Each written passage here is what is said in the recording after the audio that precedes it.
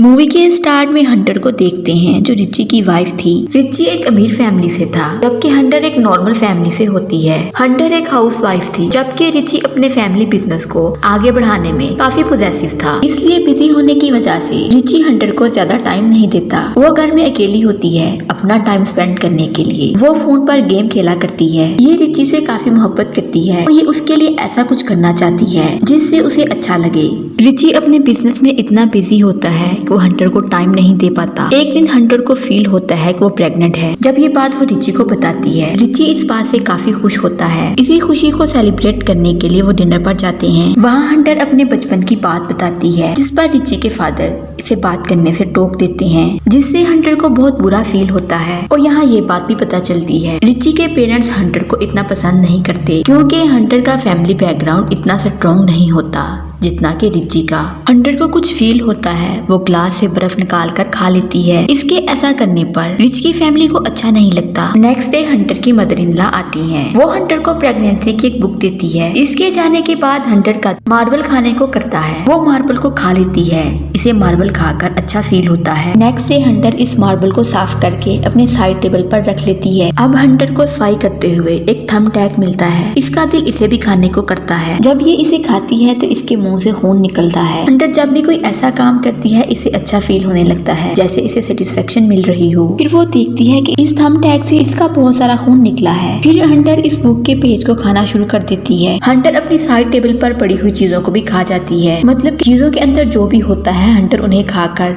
दोबारा से उन्हें साफ करके रख देती है। जब ये डॉक्टर के पास जाती है तो इसके टेस्ट से पता चलता है कि हंटर के अंदर कुछ ऐसी चीजें हैं जिसके बाद डॉक्टर इसे फौरन इमरजेंसी रूम में सर्जरी के लिए ले जाता है। इसके अंदर से ऐसी चीजें निकलती हैं जो किसी भी इंसान को नहीं खानी चाहिए। डॉक्टर हंटर को एक ऐसी बीमारी बताता है जिसमें इंसान का दिल ऐसी चीजें खाने को करता है जो उसे नहीं खानी चाहिए, जैसे मिट्टी, मार्बल, थंब ट्रैक, इस तरह की चीजें। ये बात सुनकर रिची की फैमिली खुश नहीं होती।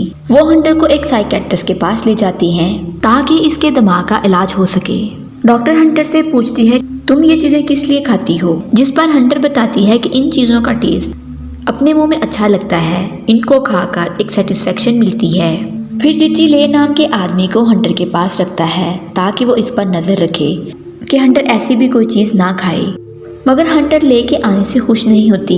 लेके होते हुए भी हंटर वॉशरूम में जाकर ऐसी चीजें खा लेती है। अब सेशन में डॉक्टर हंटर को कहती है कि पता चला है कि तुमने बैटरी भी खा ली है। वो हंटर को समझाती है कि तुम्हें ये सब चीजें नहीं खानी चाहिए क्योंकि तुम्हारे आने वाले बेबी पर इसका बुरा असर पड़ेगा। रिची की बर्थडे पार्टी के दौरान हंटर नोट करती है कि रिची के सब घर वाले इसकी बीमारी के बारे में जानते हैं। हंटर को ये बात बुरी लगती है कि रिची ने मेरी प्राइवेसी का ख्याल नहीं रखा। अगले सेशन में हंटर डॉक्टर को अपनी फैमिली के बारे में बताती है कि मेरी मॉम के साथ किसी इंसान ने गलत किया था जिससे मैं पैदा हुई थी। हंटर अपनी मॉम की फोटो अपने पास रखती थी। ऐसे में वो इंसान हंटर का फादर हुआ।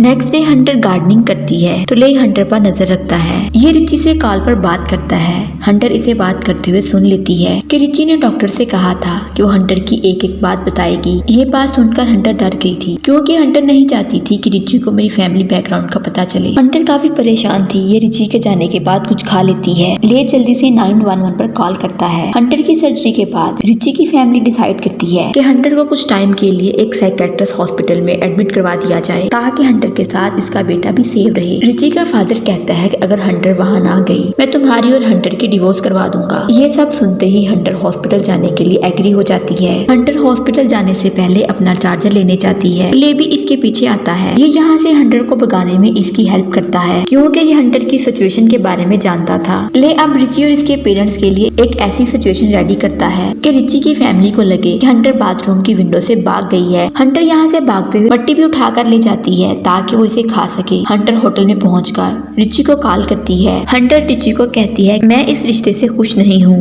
ये खुद को ऐसे प्रोटेक्ट करती है कि जैसे मैं रिची के साथ बहुत खुश हूँ, मगर रिची को सिर्फ अपने बेटे से लगाव था। ये हंटर को घर आने के लिए कहता है मगर ये इनकार कर देती है। इस पर रिची को गुस्सा आता है। वो हंटर को डांटने लग जाता है। हंटर को गुस्सा आता है। वो गुस्से में अपना फोन तोड़ देती है। इसी रात ये मिट्टी को खाकर अपना गुजारा करती है। अगले दिन हंटर अपनी मदर को कॉल करती है कि वो अपनी मदर के पास जाके रहे। हंटर की मदर गरीब होती है, इस वजह से वो हंटर को अपने पास आने से रोक देती है। कहती है कि घर में हंटर के रहने के लिए जगह नहीं है। इससे हंटर खुद को अकेला फील करती है। हंटर गुस्से से अपनी मदर के बॉयफ्रेंड बॉयफ्रेंड के पास चली गई थी। जब ये एंटर होती है तो देखती है विलियम की बर्थडे पार्टी हो रही थी। ये इससे अकेले में बात करती है और अपने बारे में बताती है। विलियम इसकी बात सुनकर परेशान हो जाता है। हंटर ये सब कुछ मेरी वाइफ को ना बता दे। इस बार विलियम हंटर से माफी मांगता है जो इसने इसकी मदर के साथ किया था। हंटर इसे बताती है कि मैं भी आज इसकी तरह हूँ। विलियम कहता है कि नहीं, बल्कि तुम्हारी एक पहचान है। ये यहाँ से मोटिवेट होकर चली जाती है। अब ये जाके डिसाइड करती है कि मुझे अपनी जिंदगी अपने तरीके से जीनी है और जैसे चाहूँ मैं अपनी जिंदगी गुजारूंगी। फिर ये डॉक्टर से मिलती है, उससे कंसल्ट करके अपना एबॉर्शन करवा लेती है। वो एबॉर्शन के लिए मेडिसिन ले लेती है। हंटर एक मॉल में जाकर खाना खाती है। खाना खाने के बाद उसने ये मेडिसिन ले ली थी। इसके बाद ये वॉशरूम में जाती है। वहाँ चाइल्ड का अबॉर्ट हो जाता है। अब हंटर खुद को रिलैक्स फील करने लगी थी और यही मूवी का एंड हो जाता है। वीडियो अच्छी लगे चैनल को लाइक, शेयर एंड सब्सक्राइब जरूर करें।